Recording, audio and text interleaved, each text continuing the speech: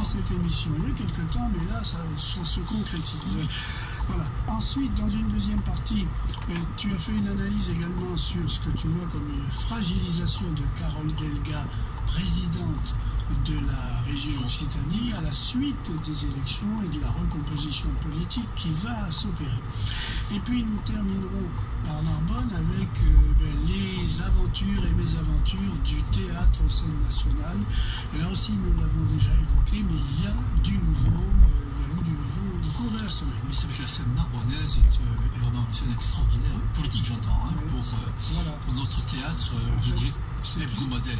Voilà, la scène nationale est vraiment une scène narbonnaise qui mérite qu'on suive ce qui se passe dans la scène, sur la scène et dans la coulisse. Dans les coulisses, autour de la scène, etc.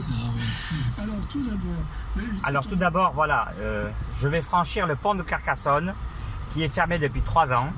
Encore une histoire narbonnaise incompréhensible. Et le but de ce trajet que j'enregistre, c'est de vous montrer l'inconvénient que subissent les Narbonnais depuis 3 ans, personne n'ayant pu se mettre d'accord pour faire ces travaux en temps et en heure depuis 3 ans. Voilà. Demain, ça sera une réouverture provisoire jusqu'en 2020. Donc c'est une bonne chose, ça sera fermé aux camions, mais enfin les travaux de consolidation ont eu lieu comme par hasard juste avant le 2e tour des présidentielles. C'est comique, mais c'est comme ça. Allez, je vous fais le trajet tranquillement, mais je laisse Radio Barque vous guider. La 5e place, j'ai précisé la 4e au mieux, ce qui effectivement le résultat final, elle est finie 4e.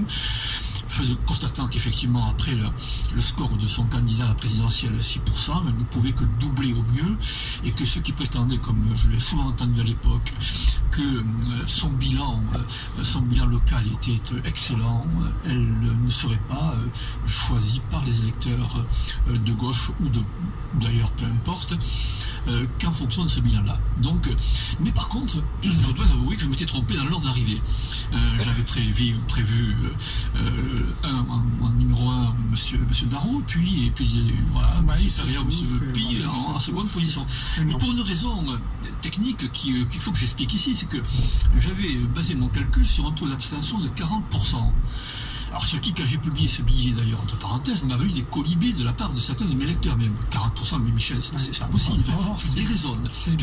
Or, c'est bien plus que ça. C'est plus de 40%, c'est 51,25 si j'ai bonne mémoire, enfin en tout cas largement au-dessus des 51%. Ce qui, mécaniquement, augmente l'effet de souffle présidentiel, puisque les électeurs qui se sont mobilisés pour élire Emmanuel Macron, forcément, sont les plus mobilisés pour ensuite porter leur voix sur le candidat local du président de la République. Et deuxième conséquence, ça sous-évalue, ça démotive, à l'inverse, les électeurs déçus qui s'étaient portés sur les candidats battus à la présidentielle au premier tour comme au second tour. Donc mécaniquement, avec 10% d'abstention de plus, effectivement, Perret est passé devant monsieur Darro, de manière tout à fait logique. Donc pour moi, pas de surprise en fait sur le résultat.